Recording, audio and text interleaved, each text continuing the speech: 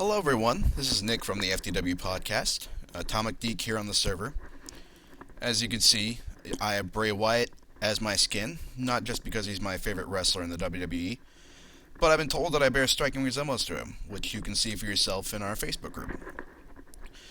As to why we're here, recently I did a lot of expansion work on my house, and Garvin suggested that it merited a video all of its own.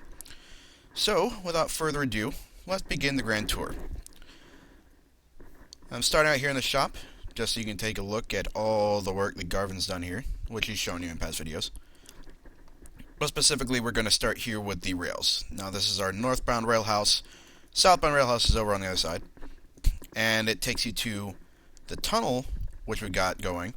But right here, we've got Skyrail, which we're going to use to get to my house. And that's just so you can see my house coming in. Now, up here, we're coming up on my stop right here. And this is my leg of the Skyrail, which I built. Garvin has mentioned the work he's done on all the sports he's done for the Skyrail. And I put in a few myself with the mossy brick, just so that it fit with the rest of the sports he did on the Skyrail. Here we are. This is my house, right over here. And here we are, after I pick up my minecart. And initially, I set this up as sort of a wizard's tower to put enchantments and brewing and whatnot over here. But I built this before I really got a handle on all that stuff, so I didn't have any of the equipment I needed, and it's just been empty until I set up my leg of the Skyrail and use this as my stop, really. So I may have to figure out something to put in all this empty space here. But that's for another time. In here, we've got the lobby for the original house I built. Upstairs, this is where I had my bed and my regular belongings and whatnot. And up here, this was where I had my work area. So it's got some furnaces, a crafting table, and an anvil. And it's also got windows, so... Okay. It's also got windows, so you can see outside. See what time it is. Out this way, we have my animal pen. Now, you may be wondering why I've got so much open space here. Well, when I first built this, it was to grow trees for wood for future expansions. But, when we started selling wood blocks and saplings and all that in the shop, that kind of made this area redundant. So I cleared it out, and I set up a little garden. Unfortunately, with my expansion work, that included a garden down below, which I'll show you in a minute, so that made that redundant as well. So I've just decided to use this as an animal pen. And over here we have Barry, Popo the pig, because I'm a child, Basil, my brown sheep, Lamb Chop, and Dolly. In here, we got my fishing room. Just a nice tame little area where I don't have to worry about getting attacked by mobs. So, that's that. As we exit the fishing house, or fishing room rather, and my animal pen, get out of the way, Basil,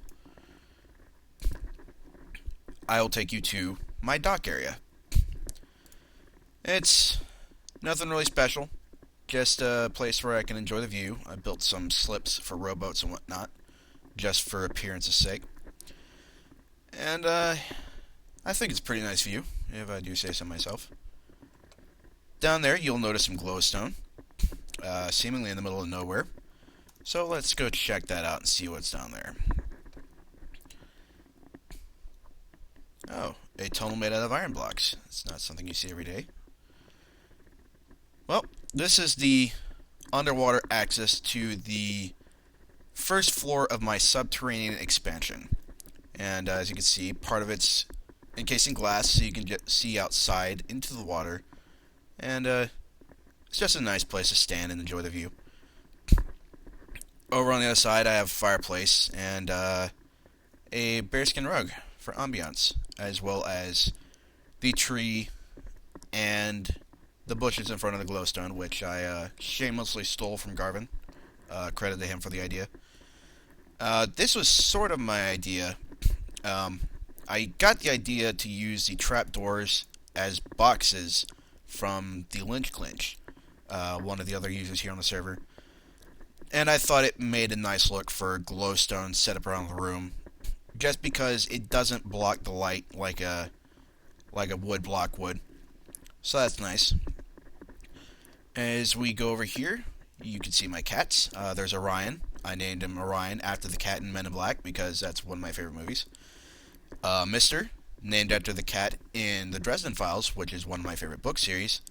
And Garfield, because I only know two orange cats. Those are Garfield and Heathcliff, and Garfield is way more awesome. So yeah. Going downstairs, this takes us to the hub.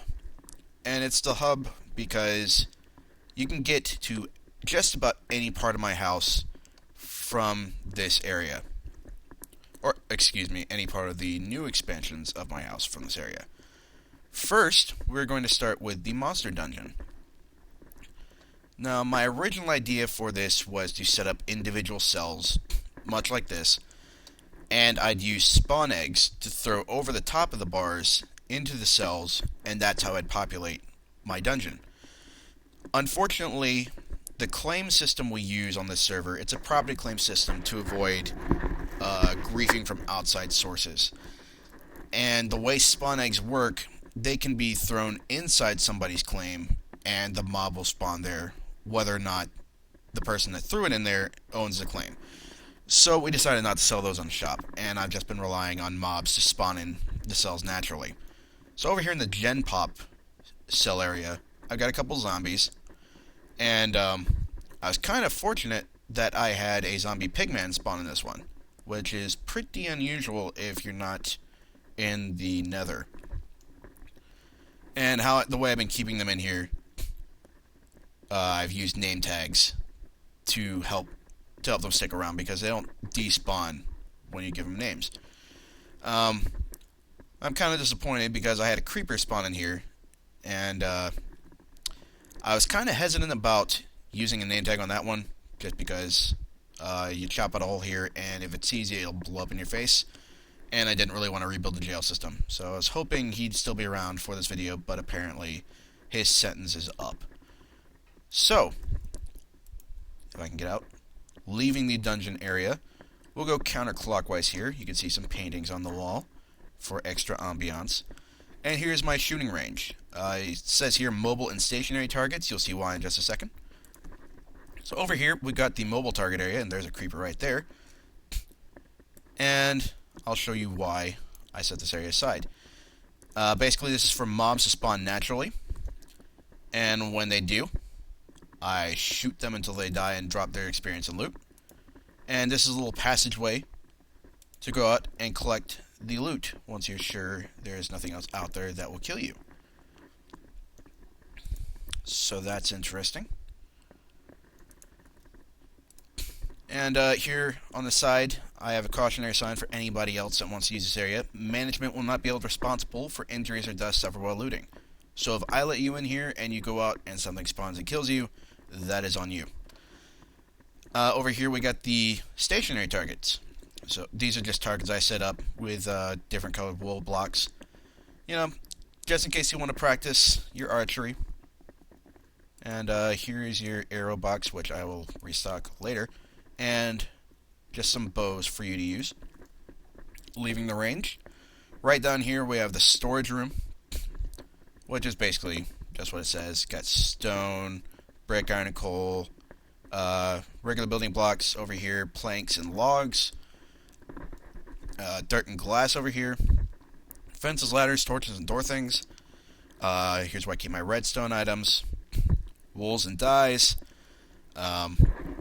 drops from mobs, which I call mob leavings, and mob leavings 2, the mobbening. My toolboxes, leashes, tags, and eggs. Eggs everywhere because I get a lot of eggs. And noms, which is where I keep all my food, as you can see there. And just for fun, I put our logo up top, or on the walls there, FTW. And then just because I'm a Taz fan, I put 13 at the bottom just for kicks.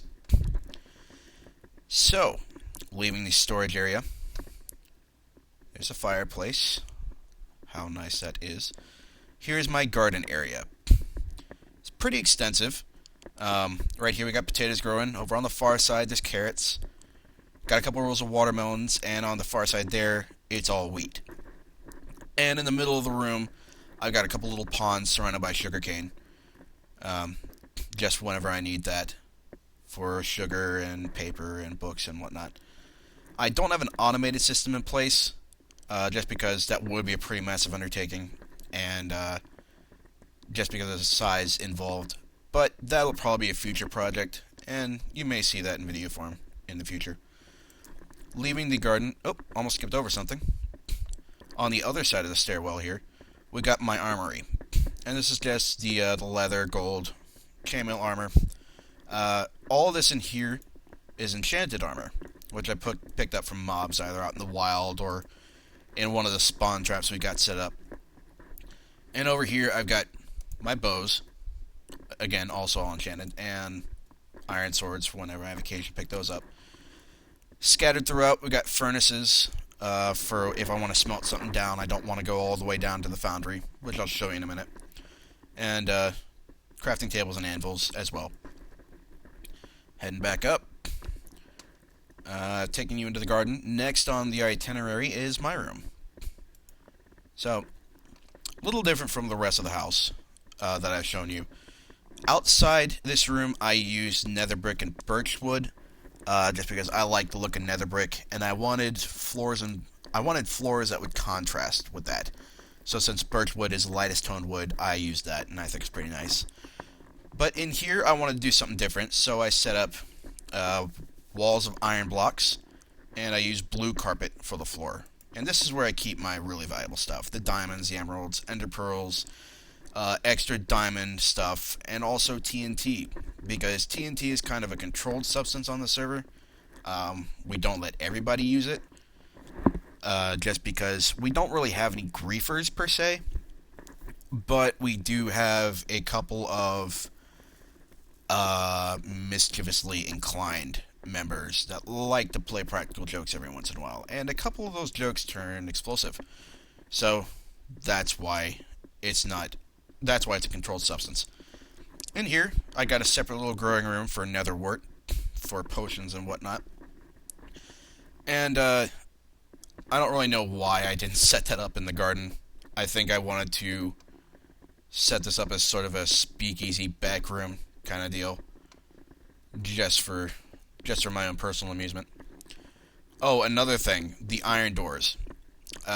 Elsewhere in the house, I've used wooden doors, except for entrances outside. So in case somebody does happen to get in here through whatever means, they can get into the other rooms pretty easily, because using the claim system, doors aren't... People can still use doors even if they're on your claim, but they cannot use the iron doors and the buttons here. So that's just an added security measure, just in case somebody I don't want in my area does happen to get in here. Going over here. Here is my little water escalator down to my work area. We're at my foundry, my library, and my brewery. And you go in here, and you can see this little water escalator. Aren't we having fun? It's a little lengthy because I dug kind of far down for my next level.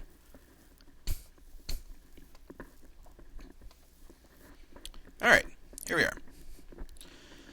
So starting here, we have the library. And this is where I keep my enchantment stations. Got one here and on the opposite side, and then two more in the far corners over there, which you can see now. I also set up some lounging area, like you'll see in your local public library, possibly.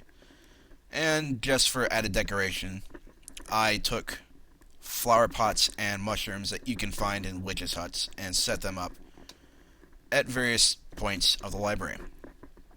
So there's that. In here we have the foundry, and then just a wall of furnaces, and this is where I do my large-scale smelting. So over here you can see I've been making some more regular stone, some anvils, and a carpet and a crafting table. So this is basically where I go whenever I need to build something. On this side, we have the brewing room. And I've got several brewing stands set up for mass potion creation. Over here, got the finished potions, night vision, regeneration, swiftness, strength, invisibility, splash potions of poison. Also made some splash potions of swiftness accidentally.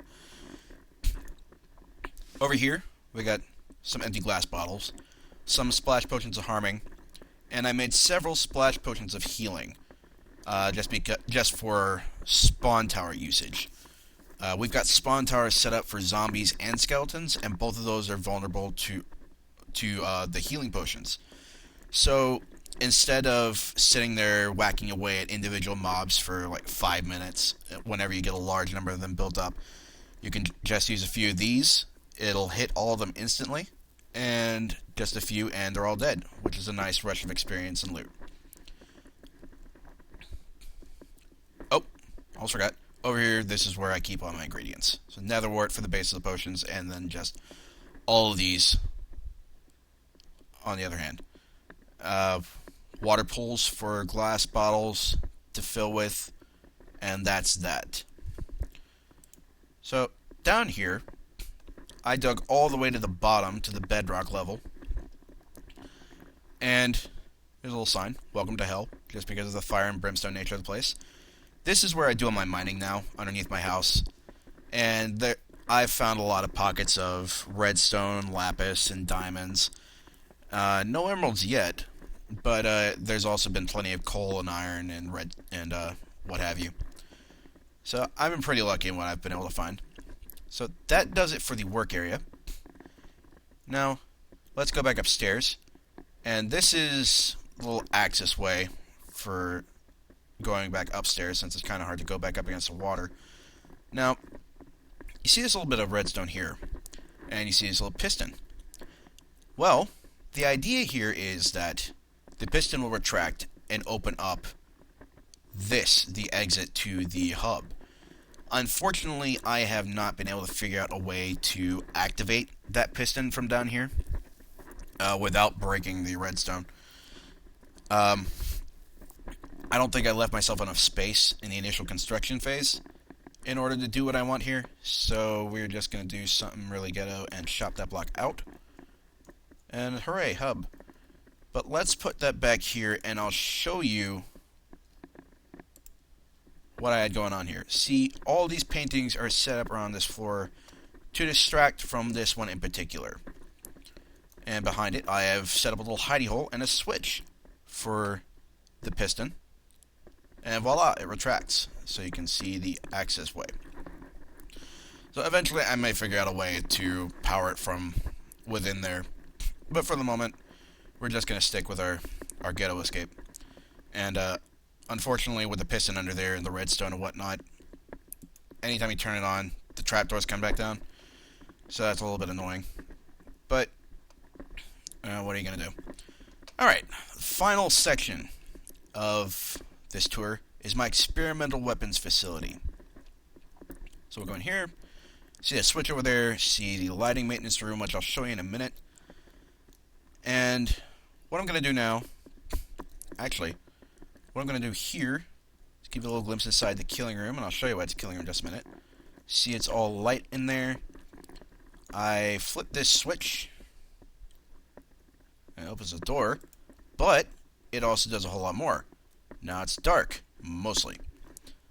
And I'll show you why as we go around the corner here. There's another switch, but more about that in just a moment. Here is an upper level where I've set up a couple of viewing balconies. Okay, now you can see, aside from that zombie there, you can see all these pistons here, and where there's trapdoors, there are pistons there also. Those are covering up glowstone that let light into the room. And you see lava flowing, and it's going down because there's also pistons behind that stone wall that block off the lava. So when you flip the switch, the pistons go back up, light goes into the room, and lava begins flowing down in front of that monstrosity there. Now, what I've got here is a machine gun construct. And I can't claim credit for the design. I adapted it from a video made by Fire Rockers, I believe, is the YouTube channel. They're the guys that I drew inspiration from. So, there's that there. And as the lava is going out, the room descends into almost total darkness. And I need to take down that torch over there. But yeah, the general idea here is the mobs spawn in darkness, and after I've let some grow and get up in numbers, once the zombie gets some friends, basically, I flip the switch back on so that the mob stops spawning and the lava comes back down in front of the machine gun construct. And the general idea there is the lava will set the arrows that fire out of the machine gun on fire, and will strike the mobs, set them on fire, and mass chaos will ensue. So let's go back down, and I'll show you the guts of the operation just before I turn this thing on. So here's the guts. I'm still pretty new at redstone pathing, so I used a lot of the example that Firerockers provided when I set this up. But here's just a look for yourselves if you want to duplicate this. And for the purposes of this demonstration, I'm going to extend, or decrease rather, the delay in the response for when I do this. So I've just turned the machine gun on, and I'm hoping that there's enough delay so that I can get to the viewing balcony before it starts firing. Oh, I screwed up. I want to turn the lights back on before this thing starts firing. So turn that off. Go back over here to the first switch you saw and turn the lights back on. So that'll let the lava flow back down in front of the construct. And I'll give it just a few seconds to let the lava flow start back up again. And turn that sucker back on. So there should be enough time to get to the back viewing balcony, so you can see it from the front. Oh, so it already got some shots off before I turn it back off, but I don't think those are all the arrows there. So let's sit here for a few moments and see if there's any arrows left.